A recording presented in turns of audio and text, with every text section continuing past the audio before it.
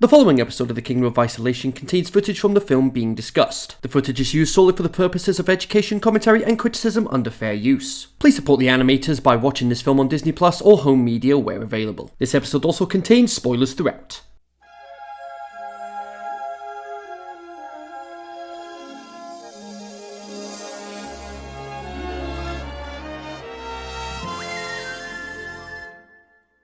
Hello, my fellow Disney fans, and welcome to the Kingdom of Isolation, where in times of trouble, why not celebrate the magic of Disney? And today, we've got a real treat for you today because we are heading back into the forest that changed Disney forever back in 1942.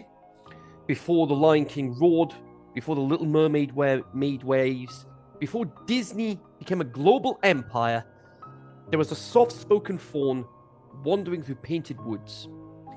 And that was Bambi.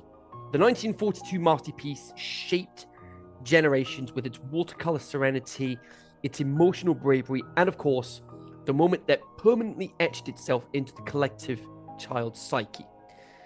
But between the shock of loss and the emergence of the young Prince of the Forest, the original film leaves a silent space, a gap in Bambi's coming of age that we never see, only feel.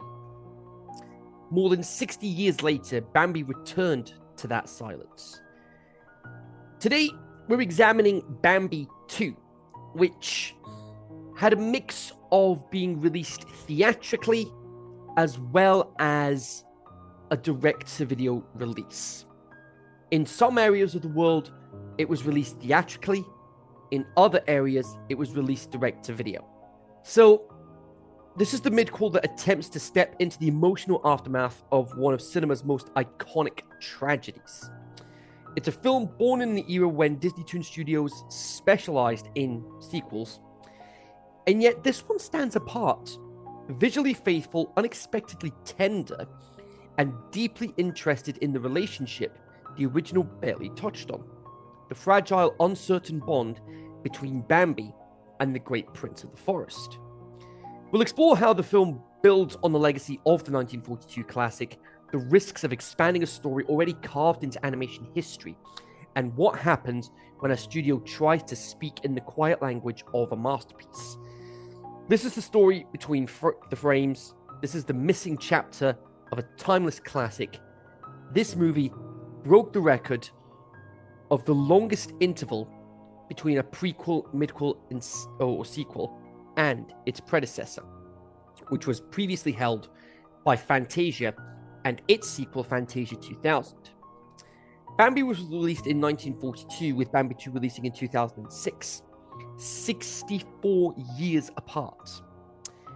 And that record was previously held by both the both Fantasia films that were 59 years apart, 1940 and 1999. This movie went through several production names as well in the process. The first was Bambi and the Great Prince of the Forest, which was its advertised title on the Bambi DVD. The next title was shortened to Bambi and the Great Prince, and then finally, Bambi 2. This is the only Disney direct-to-video sequel that follows a Disney film from Walt Disney Animation Studios to get a non-limited theatrical release in countries outside of the United States. The movie was released in theaters in 25 countries, but in the US, it was a direct-to-video release. The UK, we got it theatrically. Now, this does hold a significant piece of film history, because this was the last animated film to ever be released on VHS. And I know there's going to be people in the comments that'll be saying, oh, no, it was actually Cars, the Disney Movie Club. That wasn't available to the entire public. That was only made available to the Disney Movie Club members. This is the last one that was made widely available to the public in 2006. A History of Violence claimed the distinction of the final live-action film released on the VHS format. I'm going to need to get used to saying direct to DVD going forward. But we do still have the Thanksgiving episode to do, and a couple of others on top of that. Anyway, the background paintings were painted with coral photo paint, but some of the original oil painting backgrounds from the 1942 original movie were scanned with a computer, and parts of these scans were reused in the new backgrounds. So at least those originals didn't go to waste. It was originally announced that Christopher Lee was cast in the film as the Man of the Forest. However, the character was removed from the story during early production. Now, time to head back into the forest. What do you say? So we start off in the winter with some beautiful music and Bambi calling for his mother, only for the Great Prince to tell him that she's gone. I'm not even ashamed to say that the music here really had me choked up here, especially taking into account that this is just fresh off one of the most heartbreaking scenes in all of cinema. Friend Owl? Excuse me, sir. I hope I'm not intruding, but, well, I just had to come. And the music here is provided by Bruce Bruckton, last seen writing the action-packed score for The Rescuers Down Under. Top right of your screen if you want to hear my thoughts on that forgotten little gem from the Disney Renaissance. There are two voices to bring in here. We've got Keith Ferguson as Friend Owl, who's also been on not just Foster's Home for Imaginary Friends, but was also the voice of Reaper in Overwatch, and he was also in DuckTales reboot as Glomgold. And then we get the Great Prince of the Forest himself, Sir Patrick Stewart. Now, I unfortunately have to acknowledge the fact that Patrick was in Chicken Little. I do have to acknowledge that, unfortunately, because that was the last time we saw him in the Kingdom of Isolation. Unfortunately. But he is, of course, best known as Professor Charles Xavier as part of the X-Men franchise and Captain Jean-Luc Picard in the Next Generation run of Star Trek. Sir Patrick Stewart is the only actor to appear in the film who was alive at the time that Bambi was produced. He was born in 1940. So he would have been barely anywhere between 18 months and 2 years old. Anywhere between 18 and 24 months old when the original film came out. And Prince, to make it easier for this review, I'm just going to call the Great Prince of the Forest Prince, just to make it easier. He agrees with Friend Owl to look after Bambi until the spring. Until spring. Oh, excellent. After all, who better to raise the young prince than the great prince himself? Supervising animator for Bambi is Andrew Collins, and Peter Lemurs is the supervising animator for the Great Prince. The voice for Bambi is the original voice for Nemo in Finding Nemo, Alexander Gold. It's difficult to know who wrote the songs for the film, but we get the first of four songs here with There Is Life, giving us that ray of hope despite the heartbreak that Bambi just endured. Alison Krauss provides her vocals for this beautiful opening number, and we get some beautiful animation as well throughout this opening sequence. Throughout this opening number, I should say. I guess it was my stomach. Then you should eat. Prince goes to find something to eat for Bambi after telling him off for not waking up before the forest does, which doesn't take long. But Bambi finds it less than appetizing. No, thank you. Have you ever tried it? Well, no. Then how do you know you don't like it if you've never tried it? Every single parent, right there, ladies and gentlemen. Every single parent, right there in that moment. He also tells Bambi off for not having control, or words to that effect. A prince does not woo who. Honestly, this just screams prudence from Cinderella 2. But I'm not going to say anything bad here because I dare not disrespect Sir Patrick Stewart, who would go on to gain his knighthood in 2010 after receiving an OBE in 2001. Bambi has a lot to learn before spring arrives. Prince takes Bambi to the meadow where the rest of the deer are, and even with this being a direct-to-video sequel, and I'll need to start using direct-to-DVD soon. The way the sun radiates the landscape looks absolutely amazing. I think it's best to leave the past in the past. Very wise words there, no matter how hard it is to move on sometimes. Something gets stuck on Bambi's leg, wrapped in snow. Or someone, in this case. Thumper! Bambi! Boy, am I glad to see you. Brendan Berg is the voice of Thumper here, with Ian Harrowell being the supervising animator for him, and Flower, who would be voiced by Nikki Jones, who's also been in Chowder. And yes, Chowder's where we get that comedy gold meme. Thump is trying to hide from his sisters, and honestly, they may be annoying, but they are so cute at the same time. They want Thumper to take him to see the groundhog, only to be met with this. Well, she's not the boss of me. If I don't want to, Mama can't make me.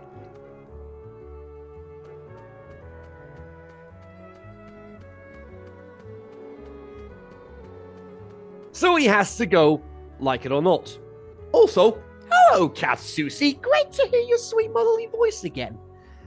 God, I miss her as Kanga. Prince has to get Bambi away from Thumper to continue covering more ground towards the South Meadow, only to tell him to go and join Thumper to see the groundhog after seeing he's having a bit of trouble climbing up a steep hill. I wonder if that will come into play later. Hey, Thumper, wait for me.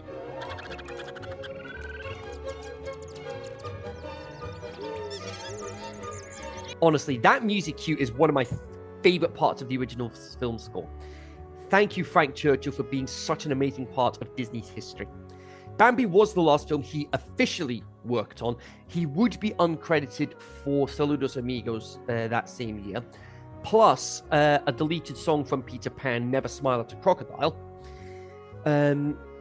This was the last film that he would officially work on before passing away at just 40 years old. He is buried in the Forest Lawn Memorial Park, as well as fellow Disney legends Wayne Allwine and Rusty Taylor. And now that is somewhere I would absolutely love to visit one day. Bambi and Thumper find Flower, waking him up to make sure he doesn't miss the groundhog. And also, morning vibes. Am I right?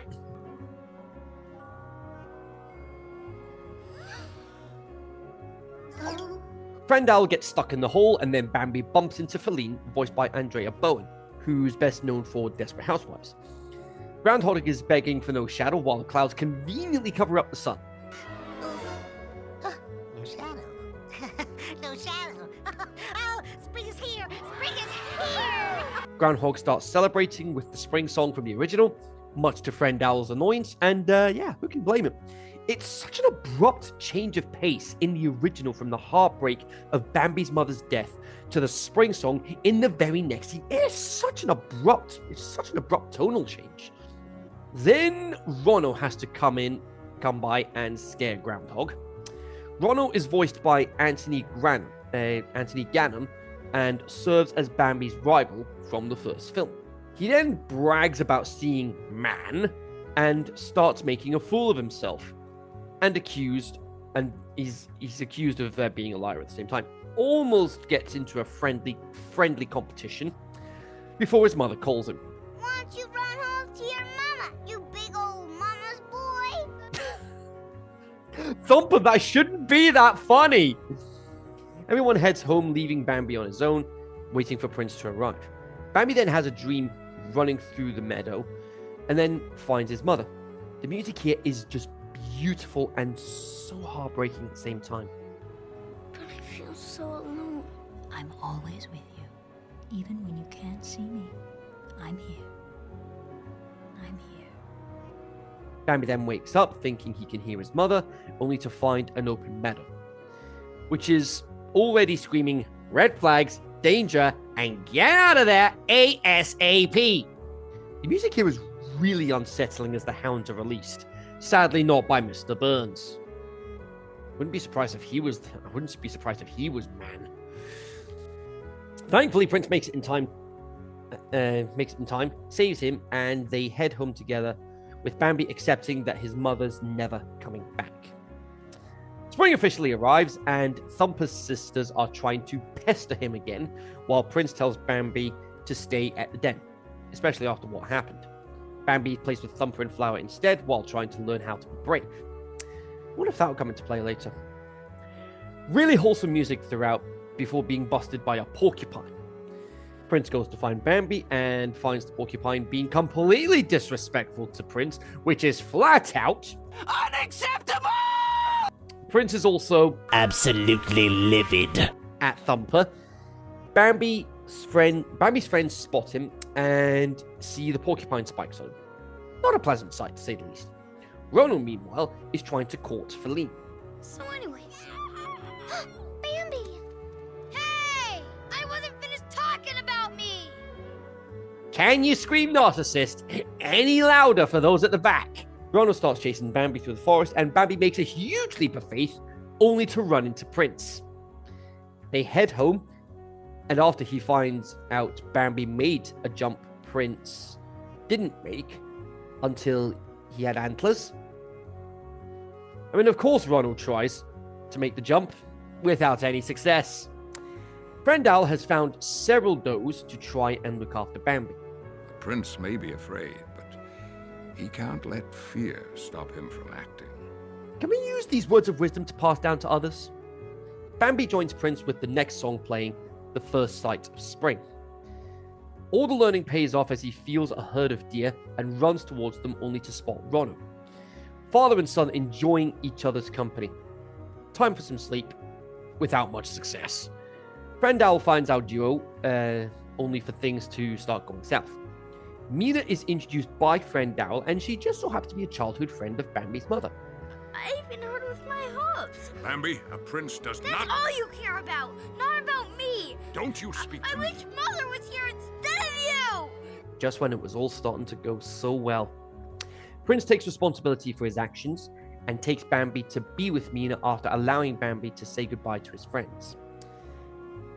I'm not gonna lie, I got a bit choked up here at this moment, and the music did add to the emotional weight of the moment as Bambi hugs Prince before they go their separate ways. Then Ronald has to come in and make Bambi even more miserable than he already is. It's gotta be hard to have a father that's so ashamed of you that he'd give you away.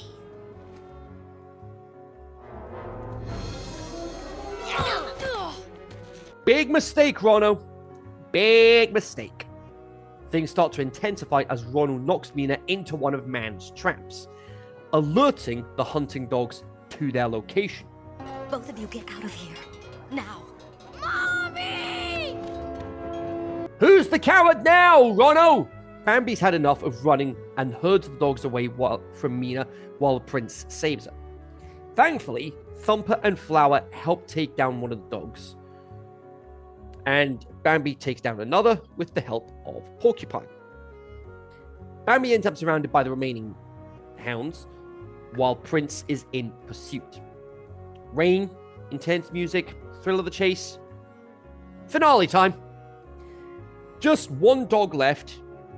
And can we also take a moment to praise the lighting here, adding to the intensity of the moment?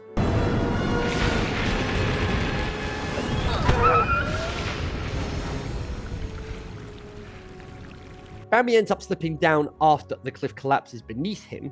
Prince thinks Bambi's gone, and even though we know Bambi will be okay because this is a mid-craft, it doesn't detract from a powerful moment between the two.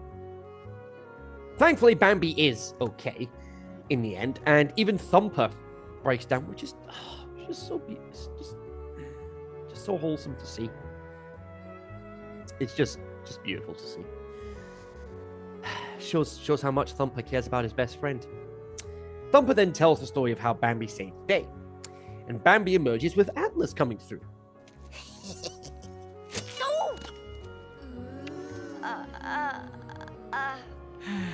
Twitter painted. What's Twitter painted? You'll find out soon enough, Flower.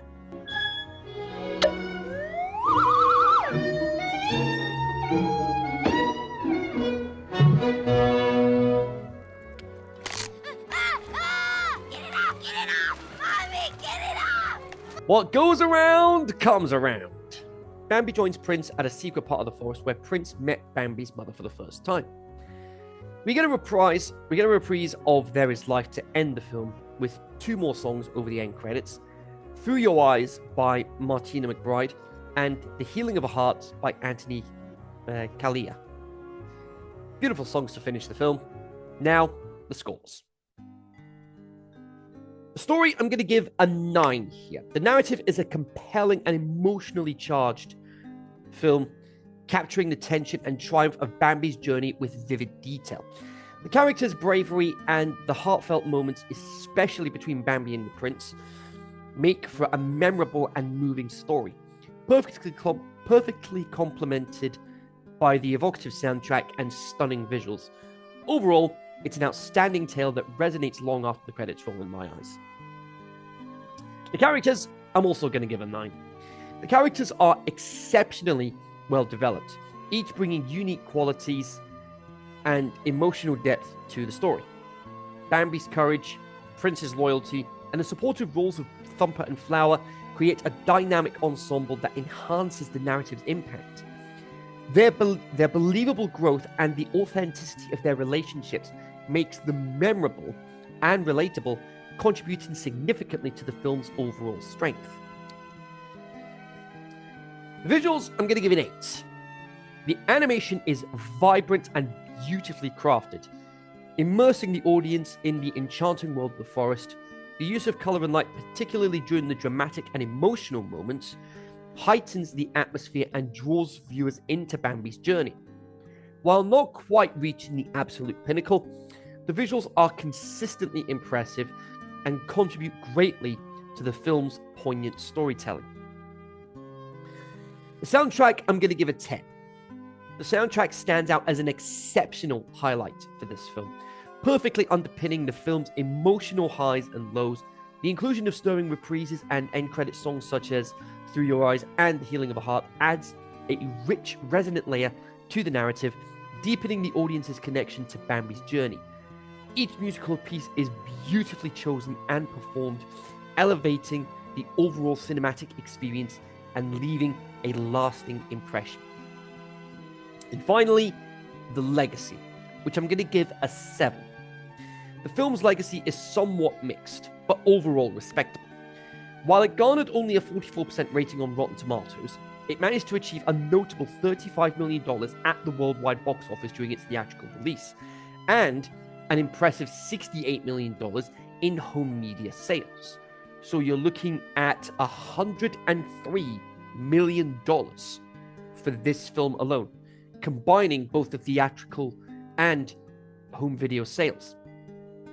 Absolutely incredible. I'd consider that a box office success.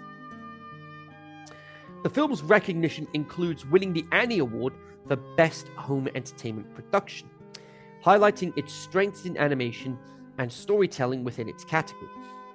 As a follow-up to the beloved original, it stands as a worthy successor, successfully introducing a new generation to Bambi's world while maintaining much of the original's heart and charm. So overall, I'm going to give this film, taking everything into account, that gives us an overall score of 86% for Bambi 2, which puts it into the top 10, level with Mickey, Donald, and Goofy in The Three Musketeers, and knocking Aladdin and the King of Thieves just outside the top 10. So, Bambi 2 is currently in the top 10 right now. The film excels in nearly every aspect. The gripping narrative, memorable characters, vibrant visuals, and superb soundtrack to create an emotionally resonant experience. While its legacy is somewhat mixed, the film's awards and strong financial performance, coupled with its heartfelt storytelling, ensure it stands as a worthy successor to the original classic. So yes, I am absolutely recommending this. It's definitely up there as one of the better direct-to-video sequels that I've come across. And sadly, we're almost at the end of the journey. But we've still got a few more to go, so we're not quite finished yet. So that being said, hope you enjoyed this episode. If you did, hit the thumbs up. And if you want to be part of the Kingdom of Isolation yourself, you can hit the subscribe button down at the bottom. Click the bell, turn on notifications so you don't miss when an episode goes live on this channel. I've also got a passes page where you can see uncut episodes of the Kingdom of Isolation and the film soundtracks returning for 2026, plus the start of the DreamWorks Diaries, where I'm going to look at every DreamWorks animated film. So, the next film is going to be this year's Thanksgiving special with Winnie the Pooh, Seasons of Giving. But until then, make each moment count, and I'll see you guys next time in the Kingdom of Isolation.